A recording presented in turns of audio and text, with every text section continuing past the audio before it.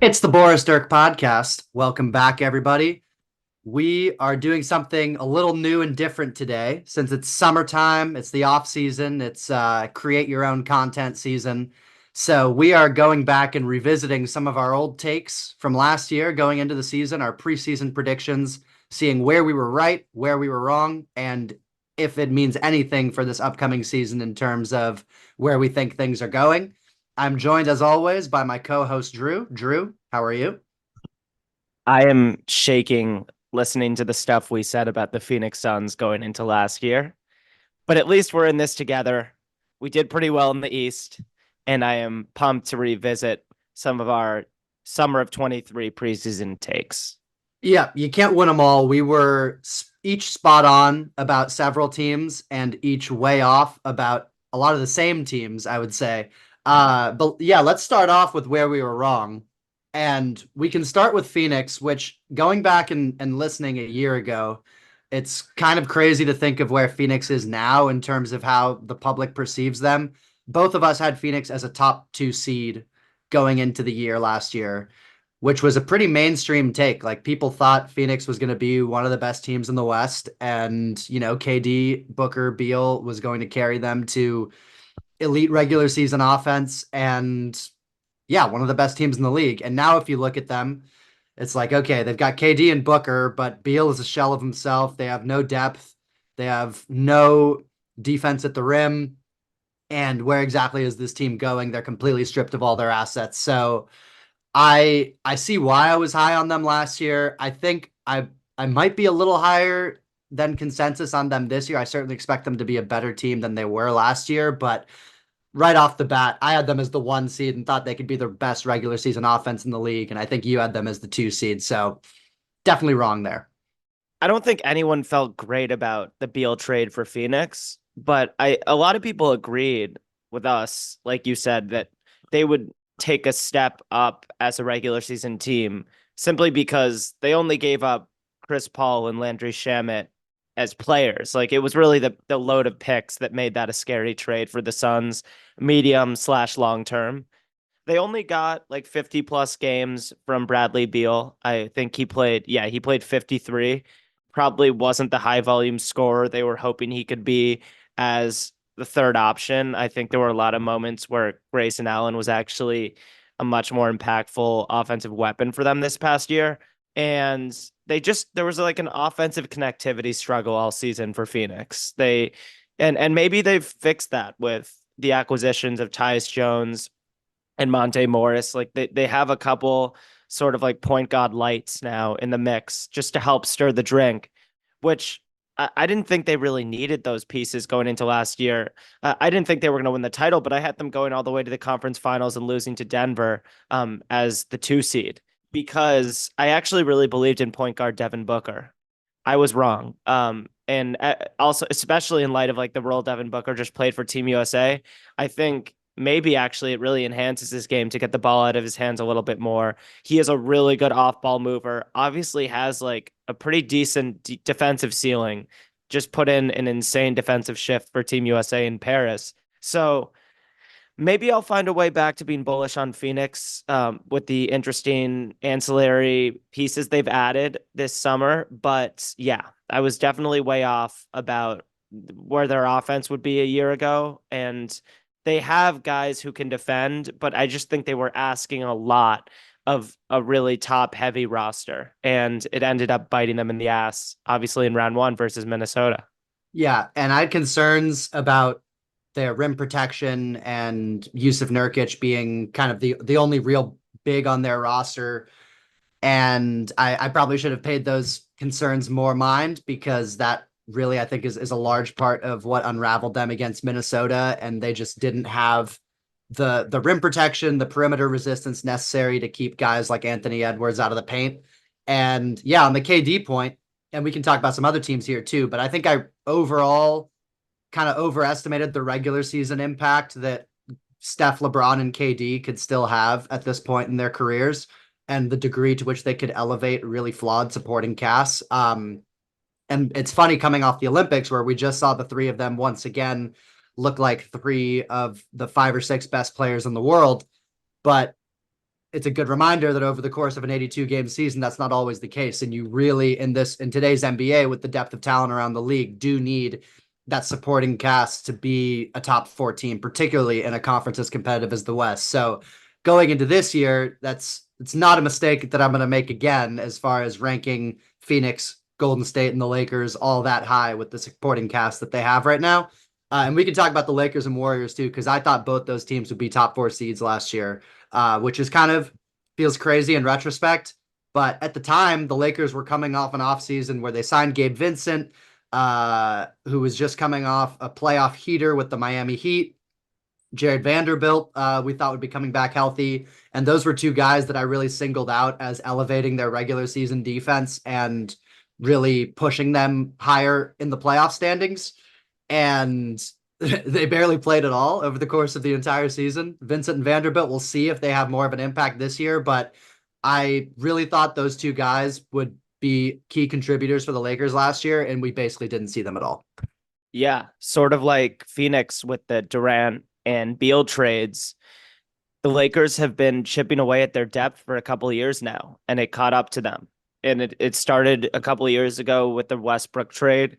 I don't know who in the basketball world thought the Westbrook trade was going to be a positive for the Lakers. But ever since the 2020 bubble title, it's just been consolidation trades for guys who are not even as productive as the role players you already had. And obviously, it's particularly painful after watching LeBron and AD at such a high level in Paris.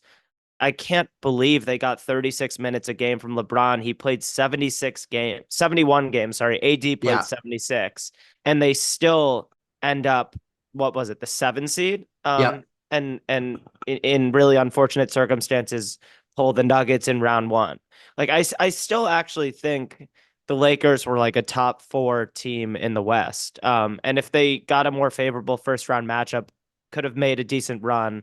Yeah. I mean, especially in the West, like seeds 3 to 10 were, in my mind, separated by just a couple of wins, and that's about what they ended up as. But yeah, and I still don't think the Lakers are like that far away. If their problem is that their 5 best players have a lot of overlap, like D'Lo and Austin Reeves are very similar types of players in terms of on the ball guards, you know, good shooters, good playmakers, lacking on defense. I like Reeves more, but it doesn't make a ton of sense to play both of them together.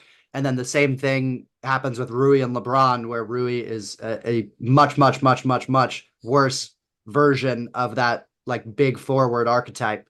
And if they turned Rui and D'Lo into guys that actually complemented the rest of that unit more, like let's say Bruce Brown and Dorian Finney-Smith, I think that's actually like a real legit contender in the West. I just don't know if they have the ammo to actually make that upgrade. I think I underestimated the damaging impact of having Darvin Ham as your coach too, especially in the regular season, because the Lakers really needed to find a way to get to like a 4 or 5 seed and just not have to face one of those really devastating like top couple seeds in the West.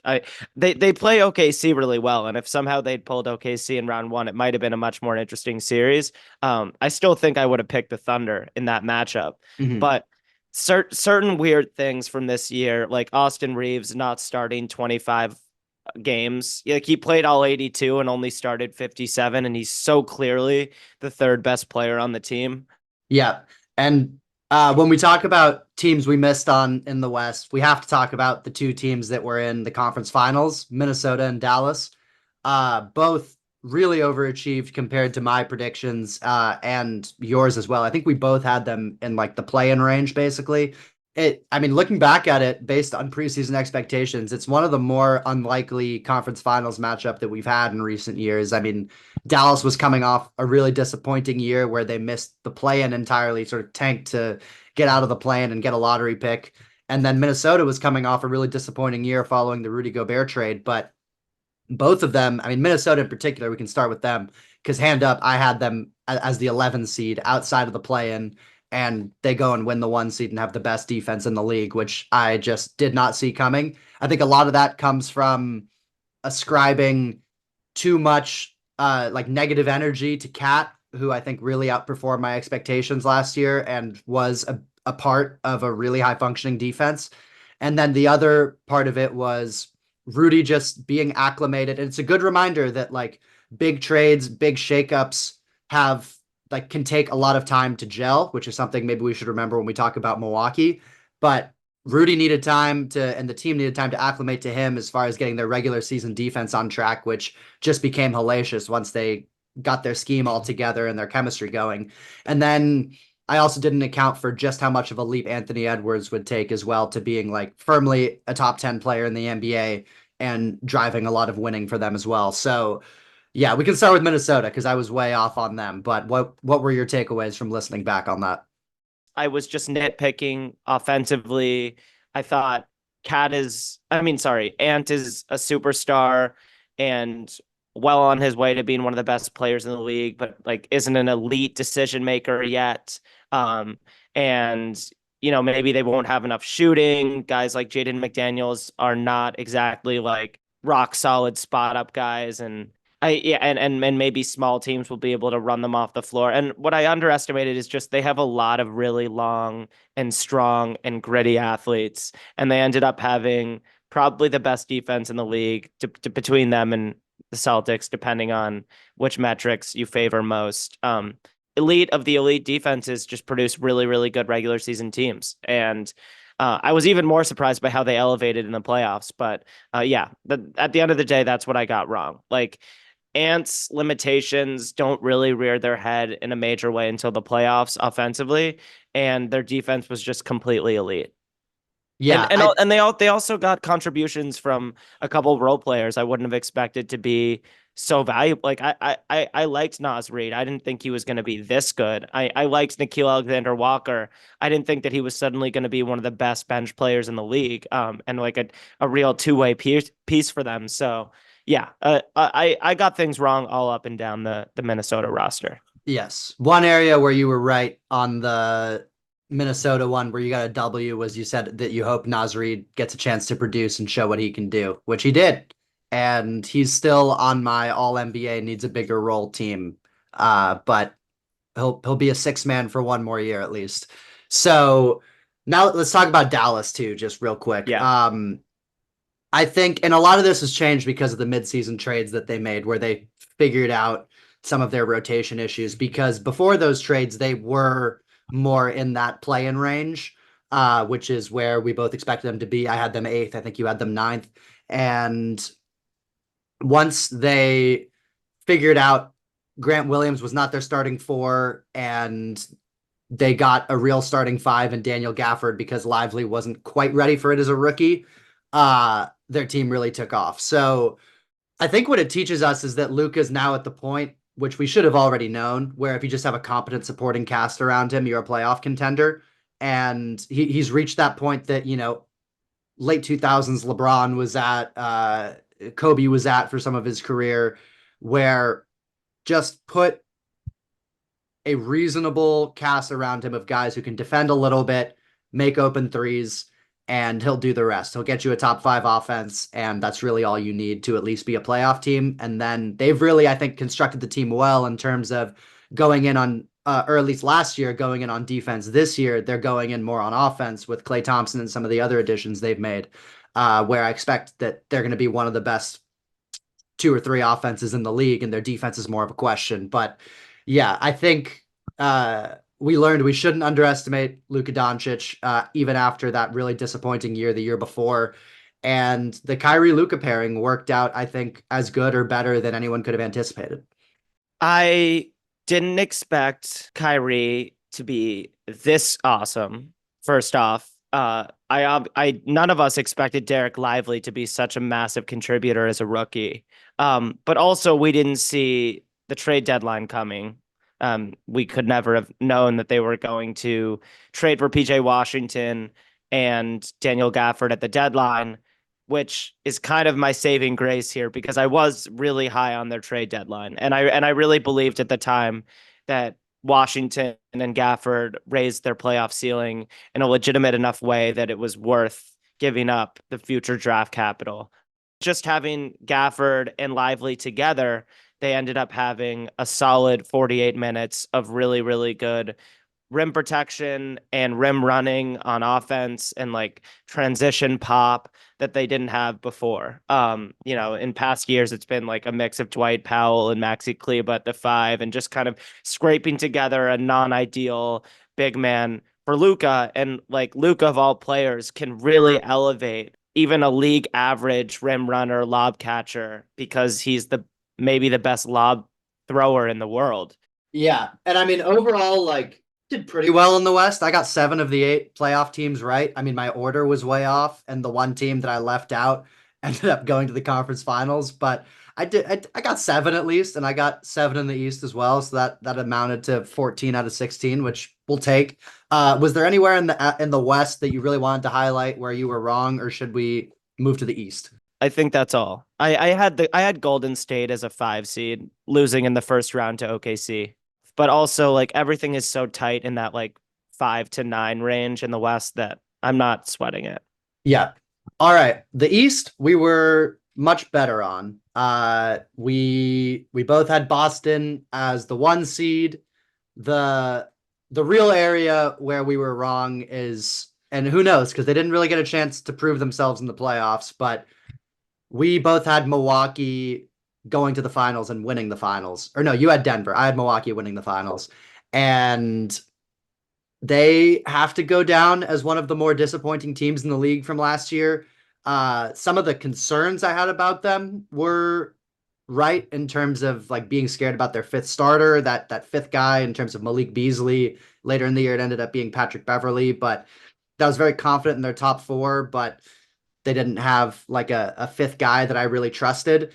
And yeah, it just they never really gelled over the course of the whole year. And when they seemed like they might be kind of getting their footing, someone would get hurt or they'd have like a really stupid loss to like, Charlotte or something, and it would all just be jumbled again for another few games. And we'll see, as I mentioned in the Minnesota discussion, like these big trades, particularly if they happen later in the summer and you don't get a full training camp, can take a while to acclimate. And there was a lot of change in Milwaukee last year, multiple head coaches, obviously the trade for Dame not being in shape coming into the season because of all the trade discussions and not wanting to get hurt. Maybe they can have a year this year like Minnesota had last year where they have had this year to gel and they really take off. I think that's definitely in the realm of possibility. But last year, thinking that they were on the same tier with Boston, that was definitely wrong. I think Giannis is still an elite number one option, and my cop out is just that he wasn't available for the playoffs. So I really, really pray that they get one more vintage Dame season, just to see how the Dame Giannis 2-man game can really be maximized. But I don't think we were necessarily wrong about this one, just because it was another unfortunate Giannis late season injury. Yeah, and you were correct in sort of highlighting the age of their core players and that might sort of depress their regular season success. And that was certainly the case. And then also they all got hurt in the playoffs. But and I do think if Giannis stayed healthy, I think they beat Indiana, although they did have a really tough time with the Indiana matchup throughout the regular season. So that would be tough. And then if they get that broken down Knicks team in the second round where like half the team is out with injury, you have to think they'd probably win that series as well. And then they probably would have gotten dusted by Boston. But I'm curious to see what they look like this year. I like their fifth starter more in Gary Trent than I did last year in Malik Beasley. And they added some other depth pieces as well. So jury's still out, I think, on them. Only other area where we were wrong, I think we were a little high on Atlanta. We both had them as like a clear playoff team, and they were more of a fringe play-in team.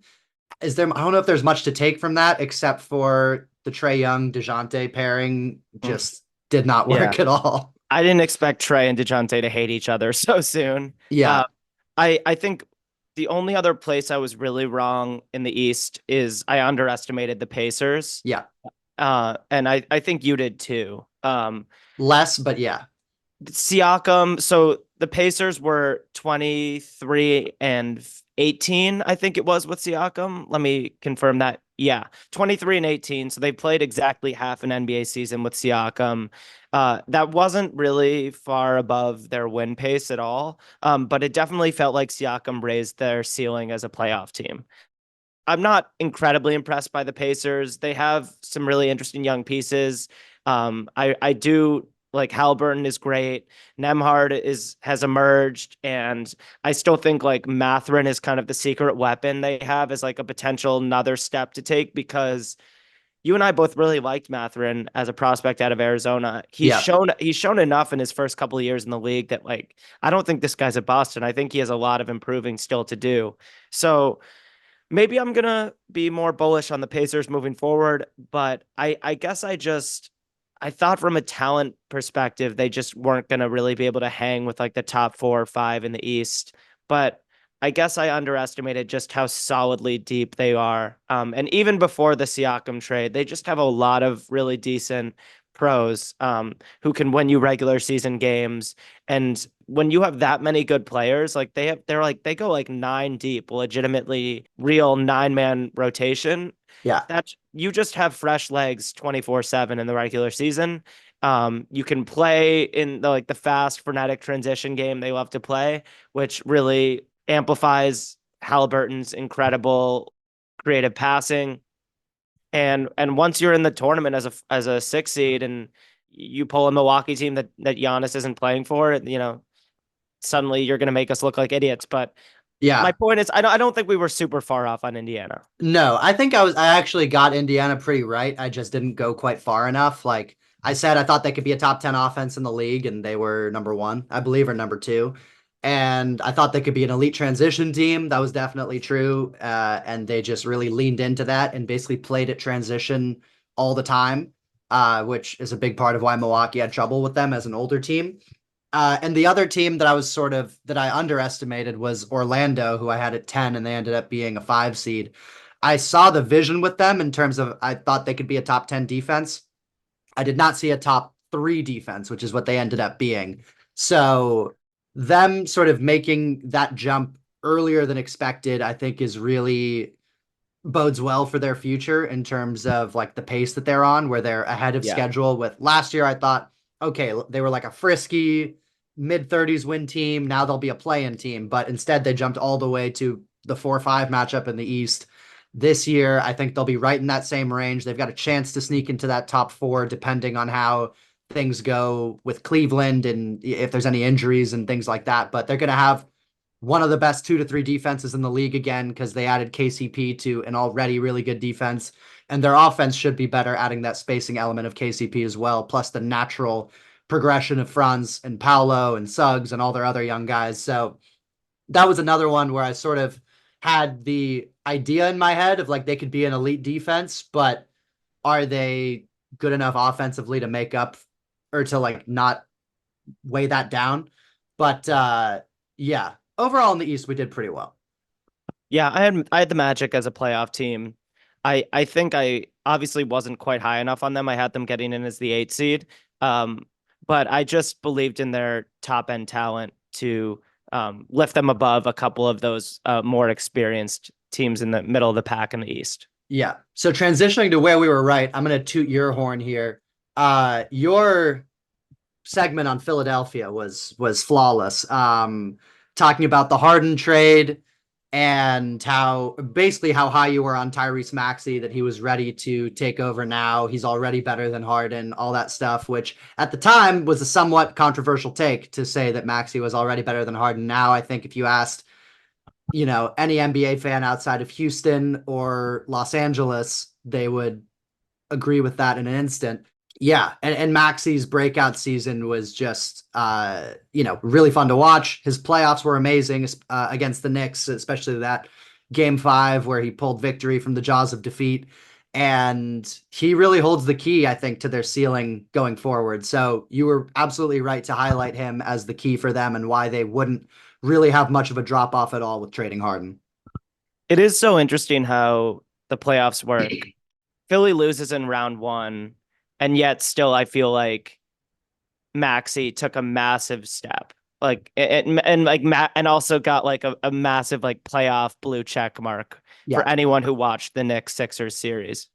Embiid's body language was terrible. He had a PR crisis that entire series. He was hobbled, and not all of it is his fault, but I do think a lot of it is his fault. And it felt like Maxey was kind of on his own for in like the big moments of that Knicks series, and he just delivered time and time again. So it's one of those funny situations where a player's team loses in round one, doesn't even did they get it to seven? I think it was six, right? Six.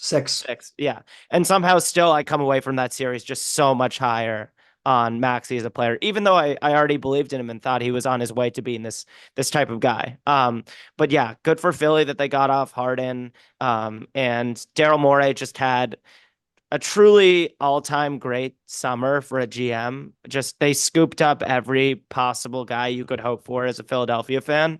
Yeah. Um, and I do believe that they're tangibly better than last year's team. I need more time to like gather my thoughts and think about the playoff ceiling and like am I really ready to buy back into Embiid being the first or second best player on a really good team?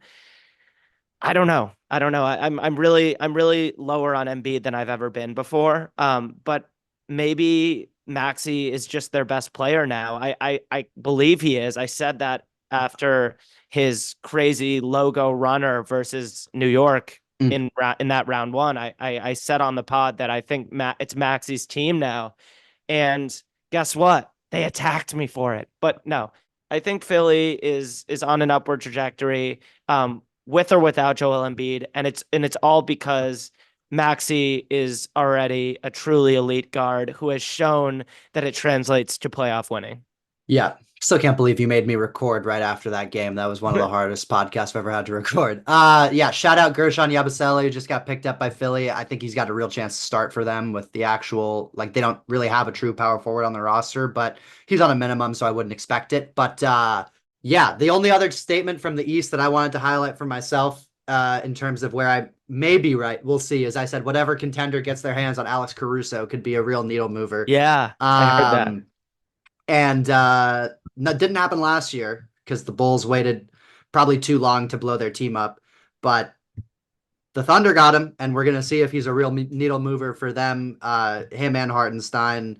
So yes, aside from that, good on the Knicks depth. I was right about them being like a very deep team, which they needed when half their team went out. Also right about the Knicks losing in the second round. So if I don't know anything, at least I know my team decently well. And yeah, should we move west for being right? Sure, let's do it. I will first off just do the OKC victory lap, Yep. because I really believed in this team's ability to skip a step and be like firmly in the Western Conference contender inner circle this past season. I had them as the 4 seed.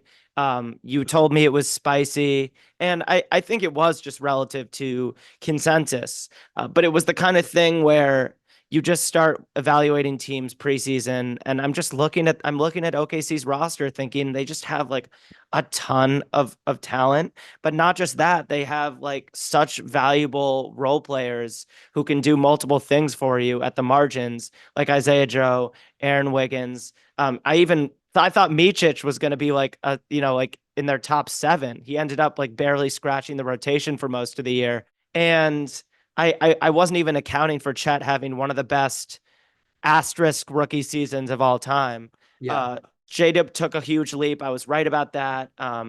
Shea continued to play at an MVP caliber level, and it turned out I wasn't even high enough. Obviously, OKC ended up as the 1 seed, kind of on the last day of the season. They steal that 1 seed. OKC and Denver and Minnesota were really just like neck and neck for 1, 2, 3, and it was kind of random there at the end. Obviously, the crazy Wemby game contributed to the way that the standings fell at the last second in the West. But I just took a long hard look at the OKC roster, and said this team is too good to be an away team in round one of the Western Conference playoffs. And on top of it all, I anticipated that they would make some sort of deal at the deadline to get a little bit stronger, because I thought they'd be doing a lot of winning and then feel like it was worth trading one of their 2 million picks to get a little bit better. They did that sort of trade, but it was for Gordon Hayward, who is now retired from the game of basketball and was already worse than Vaz Micic. So that was a rare miss from Sam Presti, but it was pretty inconsequential. This team was ready. Mark Dagnall was ready. He's one of the best coaches in the league. Did he win Coach of the Year? I can't even remember. I think so, yeah. But I now have a Mark Dagnall t-shirt, and I'm all in. And suddenly it seems like they're the consensus pick out of the West. And I'm just glad that I was able to get on the bandwagon in time. Yeah. Yeah, you had them 4. I had them 5, which felt spicy to me. But I sort of had it as a clear top 4 and them being at the top of the next tier. But I think the lesson that I'm taking from my notes here is when I say like, oh, potential top 10 offense, I should just go all the way and say potential top 5 because if I'm gonna be right, just be very right. Oklahoma City, I thought they could be a potential top 15 offense and top 10 defense. Like just they ended up being top 5 in both. I should have just gone all the way and said top 5.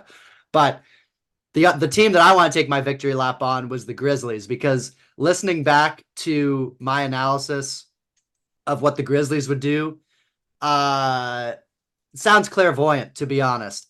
I said with the jaw suspension, 25 games is a lot of games and they might not be able to recover from that. That's about what happened where they were that what like 7 and 18 or something in the 25 games he missed. And then I said it's not going to be enough. And even when he plays, he always has like an inevitable weird fall where he misses a couple weeks. He comes back, he falls, he looks really good, and then he falls, breaks his hand, misses the rest of the season. I thought they had no bigs with Steven Adams being hurt and Brandon Clark being out most of the year, and no wings that I was really that confident in. That might be the one where with the emergence of Vince Williams and potentially Gigi Jackson, that could change this year.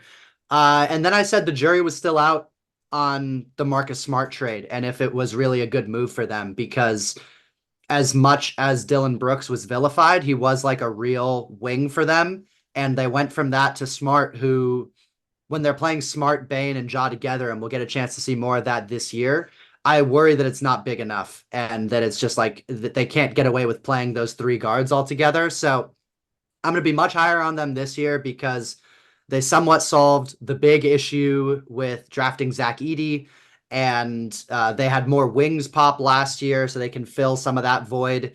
And Jaw's not going to be suspended this year, but I do, especially when they get to the playoffs, wonder some about that Smart Bane Jaw, how viable that is as a 3-man grouping. But yeah, listening back to that, just no notes. It was very good. You nailed the Grizzlies. I think Vince Williams is like a closing player for them. And Zach Edey, depending on the matchups, has a chance to be their closing 5. Like he might be their starting center on opening night.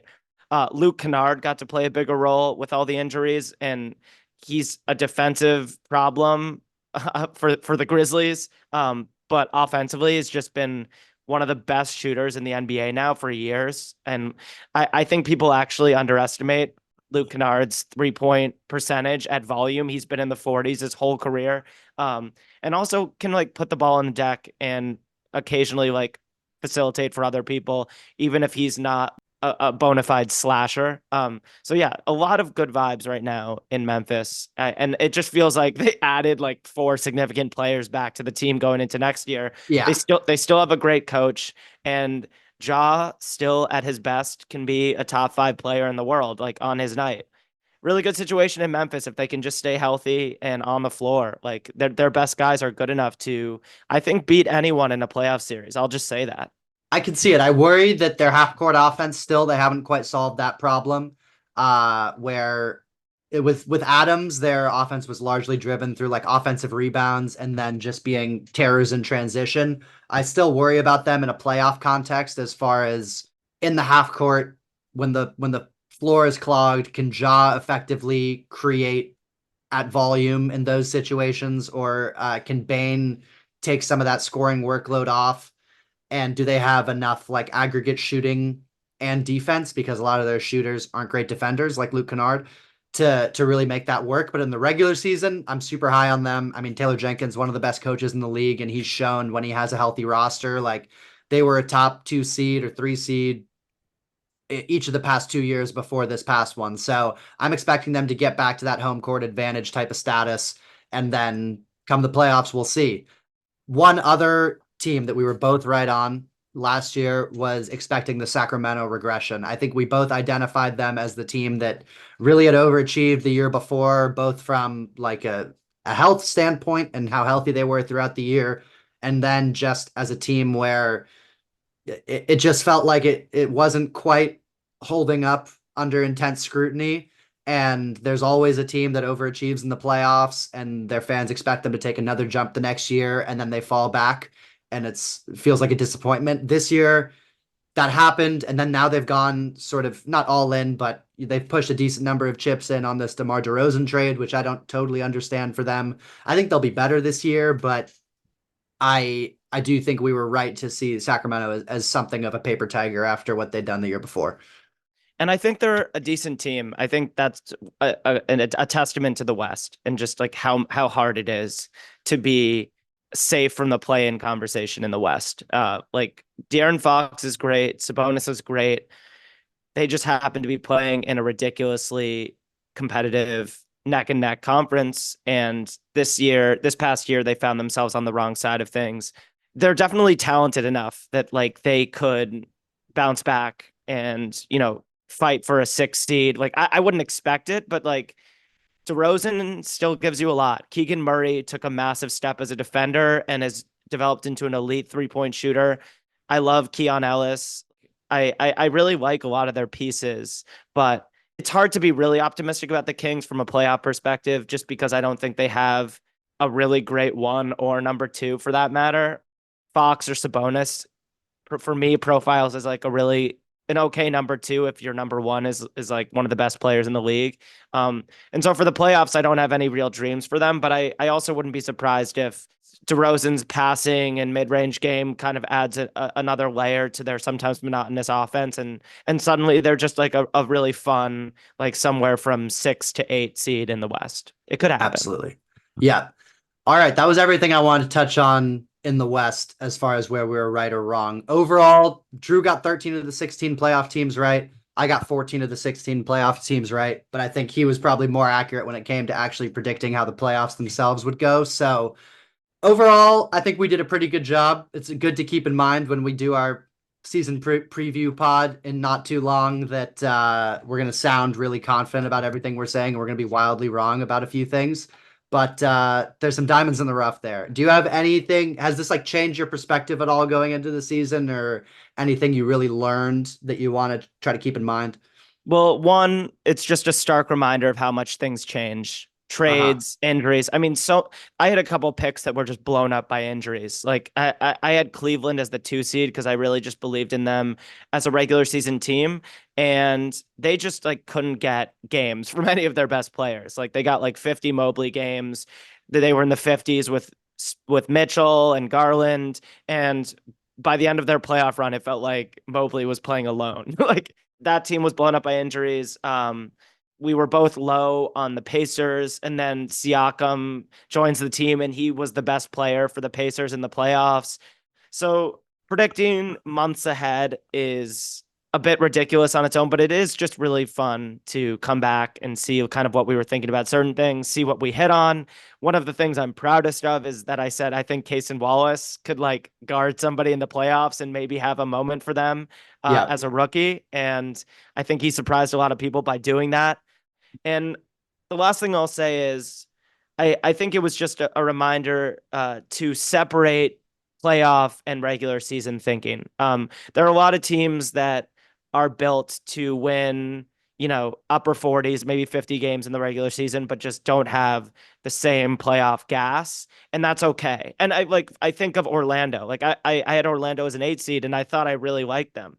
I saw the talent, I saw the vision, I saw the path to a top defense, and I still had them as an 8 seed. And I think that was kind of my playoff feelings leaking into my regular season prediction. And so before we do our preseason projections for next year, I think I just want to remind myself that you can be really high on a team, maybe give them a really sexy seed for the regular season, and still believe that they have real limitations as a postseason contender. Yeah. I co-sign all that. I think when I'm doing my predictions this year, instead of doing it from the gut in terms of like this team just feels better than this team. I think it'll probably be a good exercise for me to actually go through like who I think are the 10 or 15 best offenses in the league and who I think are the 10 or 15 best defenses in the league, and just see if there's any teams on that list where I'm like, oh, I think they're going to be a top 10 offense and top 10 defense. That means they're probably going to be really good. Because I think if I'd done that for some teams that I missed on last year, like I would have put Indiana more firmly in that top 10 position, and looking at their defense been like, okay, maybe this team is a higher playoff seed. Or same thing with Minnesota, where I'm like, their offense is going to be below average, but they could have a top 5 defense that could be a playoff, or that should be a playoff team. Same thing with Orlando. So I think that's something I'm going to try to do a little bit more looking ahead to this season. But yeah, absolutely the regular season playoff thing, like it's never been more different. So have to pay attention to Yeah. that. For any team that has like a top 7, 8 player in the league, like they're making the playoffs. And just remember that. Like I won't let Luka make me look like an idiot again. Even if I'm a little bit lower than Luka than I've been in past years. I hate the whining. I still think it's more heliocentric than people want to admit. And I enjoy watching Luka, I think less than I did a couple years ago. I also have to remind myself that as long as Luka is remotely healthy and in his prime, he's taking his team to the playoffs. And what happened 2 years ago was a massive anomaly and probably an outlier in the data set moving forward for Luka. Absolutely. Well, those were our reactions to our season preview from last year. We've got more preview stuff, summer stuff coming. Hopefully, getting some fun guests on in the next few weeks. Get through this period until the NBA season starts. Thanks for listening, guys. Be back soon. Peace.